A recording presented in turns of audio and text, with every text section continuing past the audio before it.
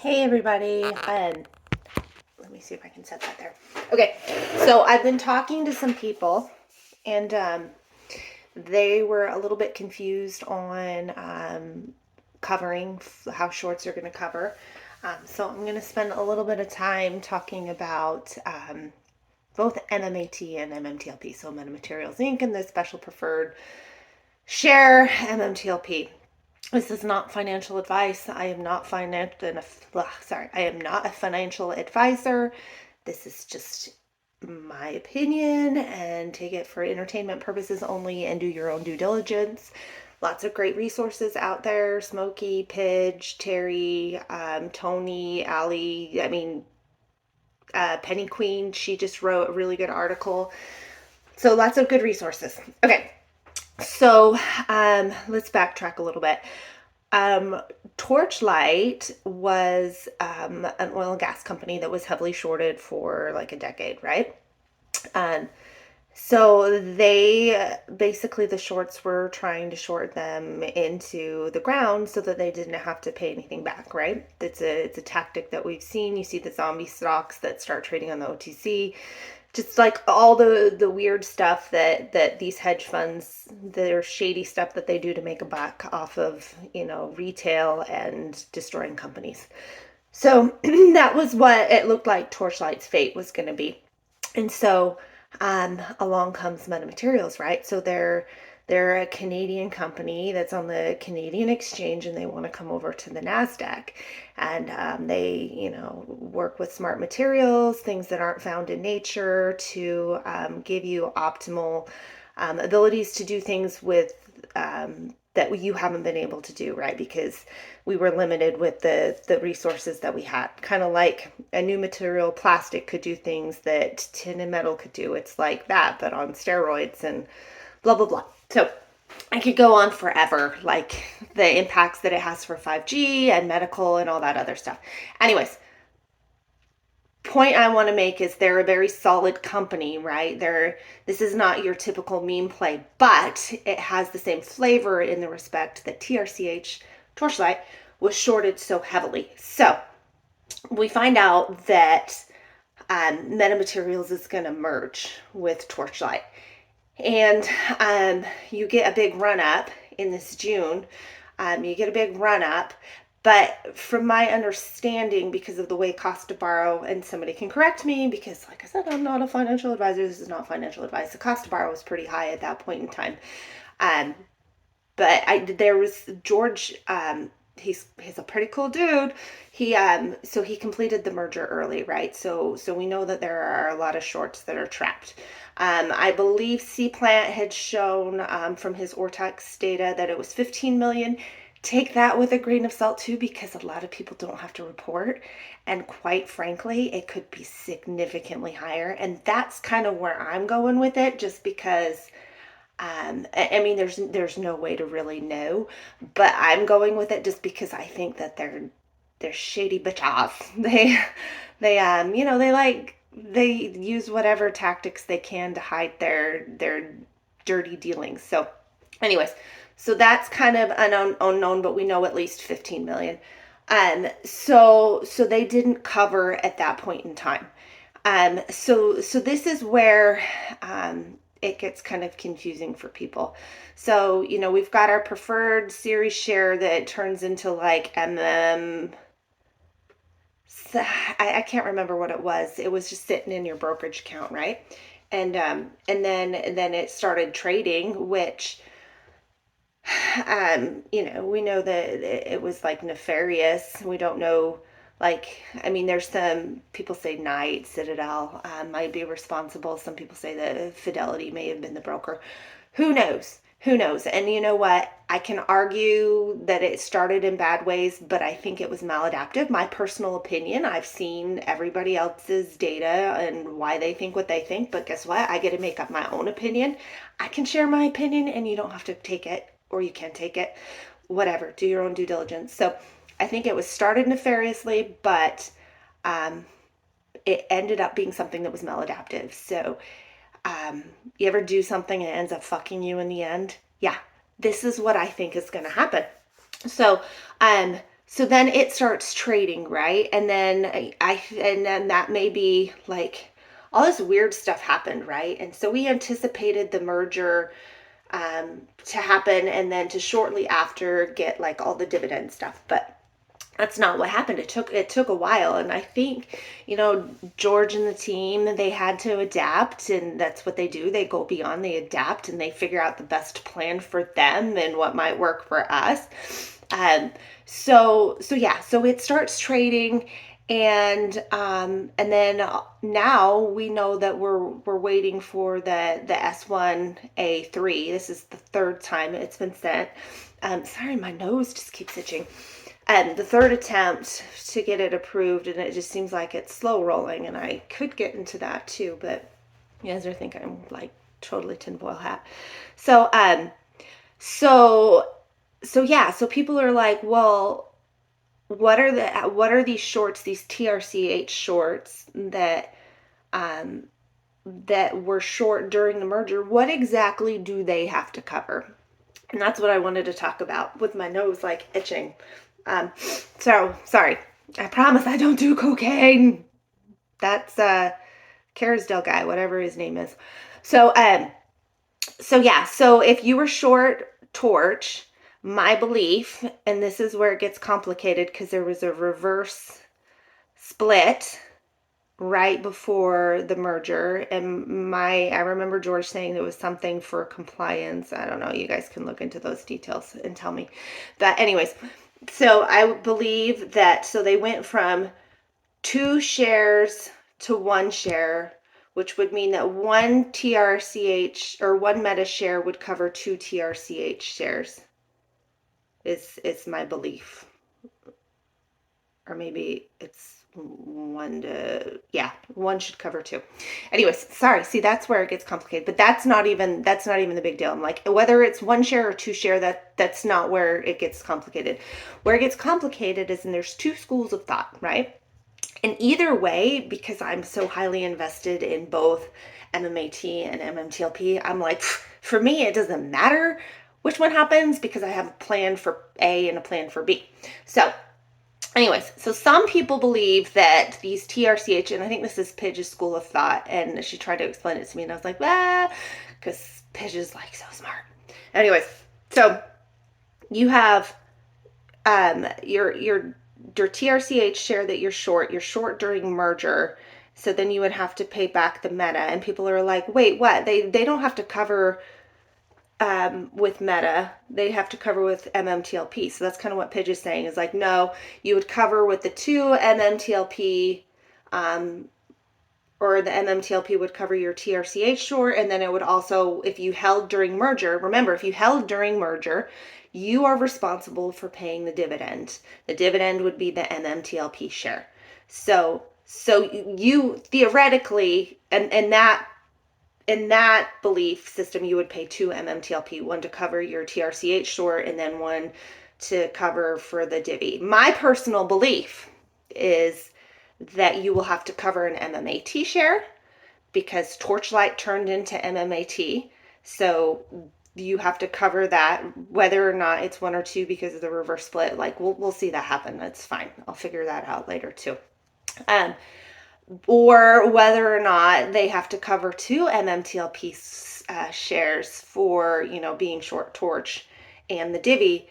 So I have different plans for both. Like if the MMTLP is what they have to cover and they don't have to cover meta, then like, okay, I can work with this because guess what? We can adapt. We're not rigid people. Some of us are. It's okay. You know who I'm talking about. But anyways, so we adapt when things happen, like your preferred A share starts trading. Like you adapt to figure out what's the best thing for the retail community and yourself and blah, blah, blah. So if that's the case, I think I have to raise my sell limit because that's a lot more shares covering than I had anticipated. Which works great for meta because my plan and a plan of a lot of investors, because you got to remember, a lot of people that are holding MMTLP, like, yes, there's been a lot of people purchasing, but there's a lot of your OG TR Torchlight, meta share, Meta longs that have been in this for like forever, not the people that have just recently hopped in, right? These are the people that held during merger. So these people are invested in Meta, and they're going to, a lot of us put our profits back into Meta. Um, so that, is going to create some momentum there. Let's see if Thomas Gordon Welch transfers more MMAX and what happens with the free float. And but that gets me into a whole nother side conversation, like how many of the shares that we are purchasing are actual real shares, because I personally believe, I mean, we know MMTLP, there's synthetics out there, and we know definitely for Meta, I believe there are synthetics out there.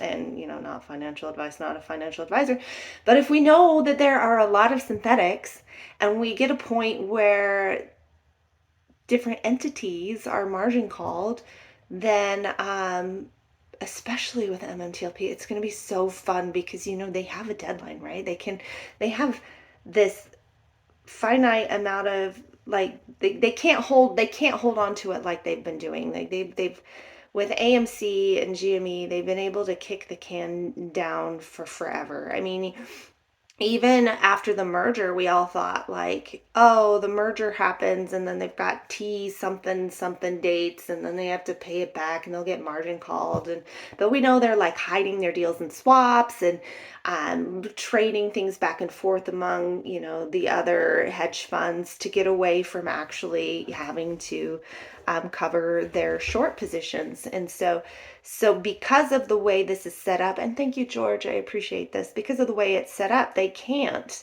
I mean, they could theoretically, if they really wanted to, they could go into NextBridge, a private company, but the risk associated with that, it's just like nobody wants to do that, because then if you start paying dividends, then they're responsible, they're on the hook for everything. And it's great because it's out of the SEC and the NASDAQ and all that, because to me it seems like the way the system is set up, it's been set up so that the power players, your market makers, your hedge funds, your brokerages, all these players can basically manipulate it to benefit themselves. And so yeah, once it's a private company, that's not going to be something that they can do anymore. So yeah, so either way, oh, I think I hear my husband. I'm gonna lock the door because he doesn't want to be on my video. He doesn't like showing his face to you guys. So anyways, so yeah, so either way, they can either cover through MMTLP. So be mindful of that. If we start seeing that, then you might want to adjust your sell limit. Be mindful of synthetics, and FOMO. This may get bigger. I mean, you guys have all heard Pidge's numbers, like, you know, that's like the value of it. But when you start seeing FOMO come in, or these synthetics trying to be covered, we could get something pretty epic, and that would be fun to see. And then if they have to cover Meta too, um, like I said, it's heavily shorted. I believe that there is a significant amount of synthetics. We've been purchasing it. I mean, look at how much of the float insiders own. So that's indicative of a squeeze, and that's why I know some people don't want to talk about squeezes and they're cautious, and that's fine. But um, I don't know. I feel like the potential is there. I feel like a double squeeze is there. I feel like because people have been educated and have seen squeezes this far, like I think before, if you hadn't seen anything to the extent of the squeeze that you were in, then you get nervous, right? And you pull out because you're like, this has never happened before. This is crazy. This is probably the top. And it's kind of hard because, you're like, you can't collude as retailers. You can't say, hey, we're going to organize and we're going to hold, because then they're going to come after retail and be like, oh, you guys, you can't do that. That's against the rules, even though market makers and these hedge funds can swap back and forth with each other. We have to be very cautious, right? Because we have different rules, and then we have to play by different rules. We have a different standard that's not held for them. So anyways, so yeah, That's not what I'm saying. I'm not saying it's colluding. I'm just saying because we've seen it before and because we can communicate with one another, I feel like the fear of selling is not going to be there as much. Um, I know, I mean, not necessarily even during the squeeze, but for me, the fear of selling, I mean, things got really dark, even like Torchlight right before. If you were in Torch before the merger, I mean, you remember it was that spring, like March, April, like things got pretty bad. I mean, they continue to try and short, right? Because what they want to do is if they do have to cover, they want to cover at the lowest cost they possibly can. And one of the ways that they do that is they, use fear too. But with social media, we saw it with the Reddit crowd. Um, there's a strength that comes from having people in the same situation. And I would like to think of my metafam. Um, I mean, there's this special friendship that I think I've developed with a lot of you guys. It's a camaraderie. Um, you guys hear me talk about this as kind of a revolution. Maybe I'm nuts. I mean, you guys know I'm nuts, but um, if I can do something, I mean, sure, I'm doing this to make money. I'm not going to be like all, I can't even think of the right word. I mean, I'm benevolent in what I do, but yeah, I want to make money. Hang on, babe. I'll be right there. My 5-year-old's sick again. She keeps getting sick. So, anyways, so yeah, I want to make money in this, but also to make change. That's really important to me. What's happened in our markets, our systems, and our financial systems are just completely corrupt, and they're stacked against the little guy, and we're seeing it more and more and more. And when shit hits the fan, when the economy struggles, who's the person who suffers? It's the little guy. Hang on, babe, I'm getting off. Yeah, she's not feeling good. So, anyways, so a squeeze is good in my eyes because that is how you educate and teach these miscreants a lesson, because we know the SEC is not going to do it, right? We know what their fines look like. And Gary, you have every opportunity to make a difference. And I don't know if anybody saw my other video, but Gary's an interesting one because he came from a family.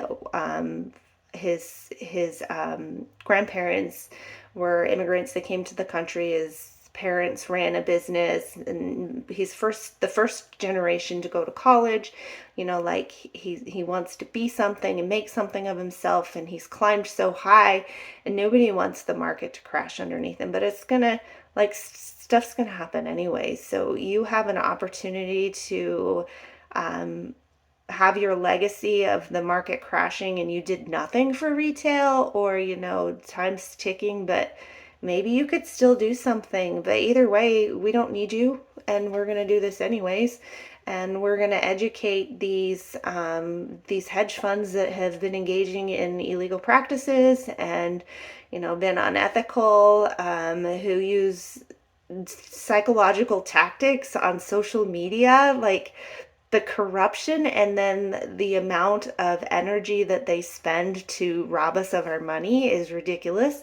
And so if we can create something that hurts them enough, then maybe they will, think about these things before they engage in it, because retail is going to hold them accountable, because no one else will. And we can do it retail style than metafam style, right? And so that's why I'm excited for a double squeeze, and I'm also excited for money. I like money, because then I don't have to do all the work in my backyard, and I can have somebody come help me, because I've been building my retaining wall and it's hard. And then I don't have to. Oh my gosh, I've been trying to groom my own dogs. I have doodles, y'all. I have doodles. Have you ever groomed a doodle? It's so hard.